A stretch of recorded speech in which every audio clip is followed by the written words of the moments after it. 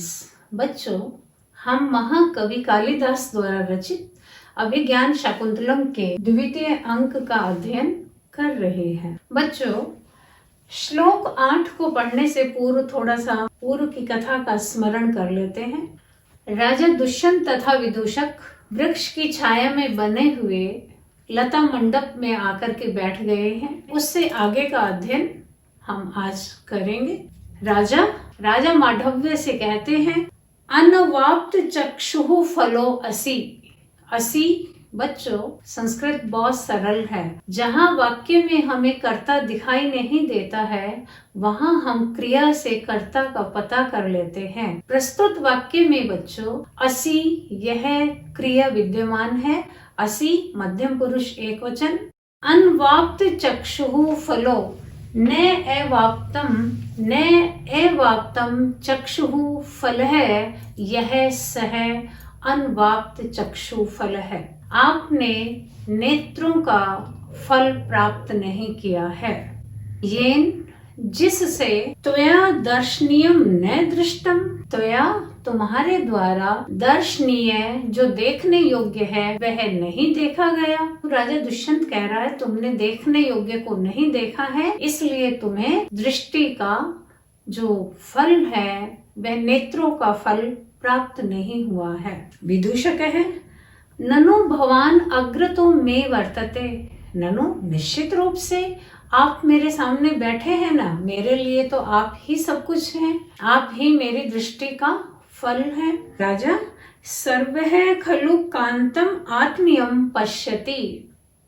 खलु निश्चित रूप से, सर्व है सभी व्यक्ति अपने जन को ही प्रिय जन मानते हैं। ताम आश्रम ललाम भूताम शकुंतलाम अधिकृत्य ब्रवीमि अहम ब्रवीमि, मैं कह रहा हूँ। राजा कहता है, ताम आश्रम ललाम भूताम शकुंतलाम। बच्चों, संस्कृत सरल है। सभी पद द्वितीय विभक्ति एक वचन स्त्रीलिंग के हैं।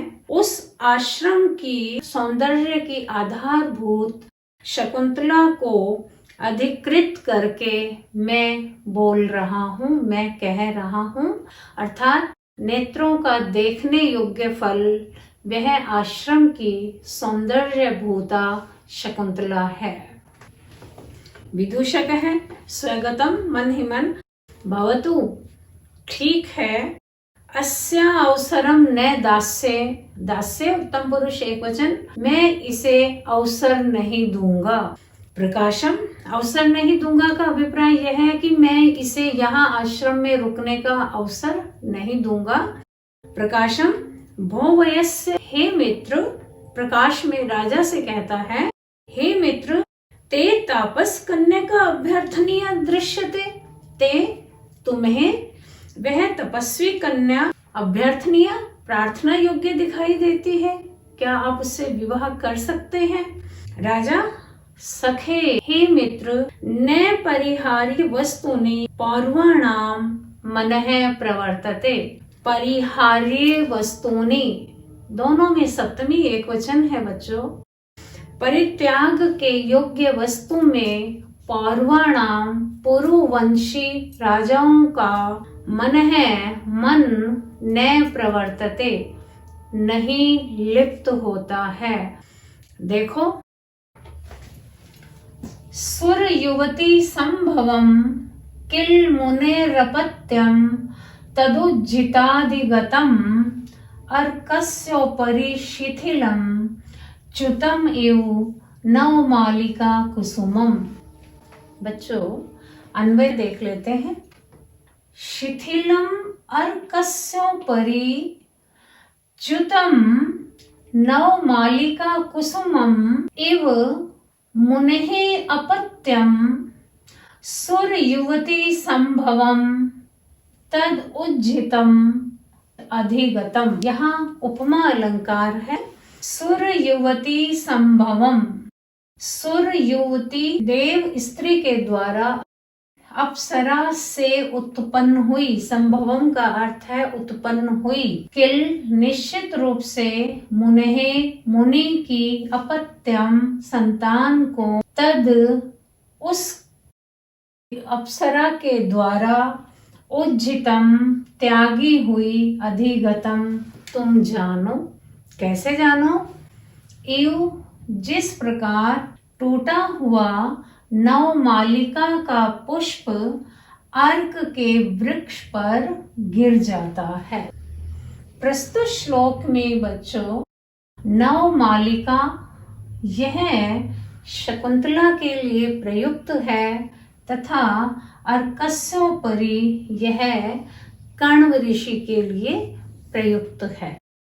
हम इसका सरलार्थ कर लेते हैं। राजा दुष्यंत विदूषक से कह रहा है, हे मित्र सुनो, वह शकुंतला कौन है? निश्चित रूप से अप्सरा से उत्पन्न हुई तथा उस अप्सरा के द्वारा त्यागी गई मुनि की पुत्री शकुंतला को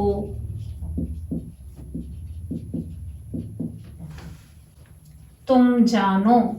बच्चों अपत्यम का अर्थ संतान होता है तथा यह पद क्योंकि नपुंसकलिंग है इसलिए संभवम अपत्यम यह प्रयोग हुआ है कि जिस प्रकार वृंत से टूटा हुआ नवमालिका का पुष्प अर्क के वृक्ष के ऊपर गिर जाता है। अर्क का अर्थ होता है आकड़ा या मंदार।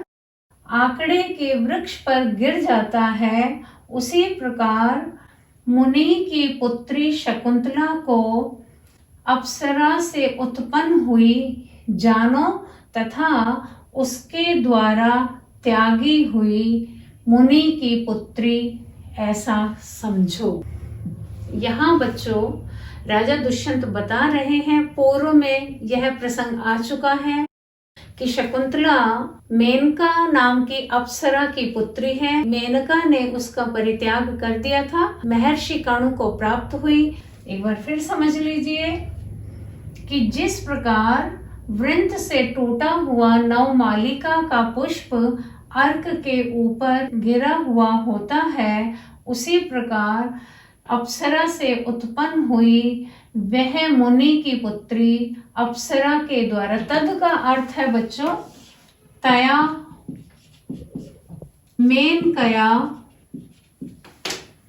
उज्जिता शकुंतला, ऐसा तुम समझो। उस मेनका के द्वारा त्यागी गई ऐसा समझो। तो शकुंतला किसकी पुत्री है बच्चों? शकुंतला महर्षि विश्वामित्र तथा मेनका की पुत्री है तथा पुरु वंश के राजा मेनका की पुत्री शकुंतला से विवाह कर सकते हैं। इसलिए राजा दुष्यंत कह रहे हैं परिहार्य वस्तु है उसमें पुरु वंश का हृदय नहीं लगता है तथा शकुंतला परिहार्य वस्तु नहीं है। इसकी संस्कृत व्याख्या कर लेते हैं बच्चों। राजा शकुंतला यह विषये विदूषकाय इत्थम एव कथयति। मंदार वृक्षस्योपरि पतितं नवमालिका पुष्पम इव सा शकुंतला वर्तते। सा मेनका अप्सरसः पुत्री अस्ति। मेनका ताम परित्यक्तवती महर्षिः कण्वः ताम पालितवान। तया परित्यक्ता शकुंतला अधुना कण्व महर्षिणा पालिता। इस प्रकार बच्चों राजा दुष्यंत शकुंतला का विदूषक को परिचय दे रहे हैं। प्रस्तुत श्लोक में उपमा अलंकार है। उपमा अलंकार का लक्षण होता है बच्चों प्रस्फुटम सुंदरम साम्यम उपमा इति अभिधीयते। यहाँ बच्चों आर्य जाति छंद है। इससे आगे का अध्ययन हम नेक्स्ट ट्यूटोरियल में करेंगे। Thank you.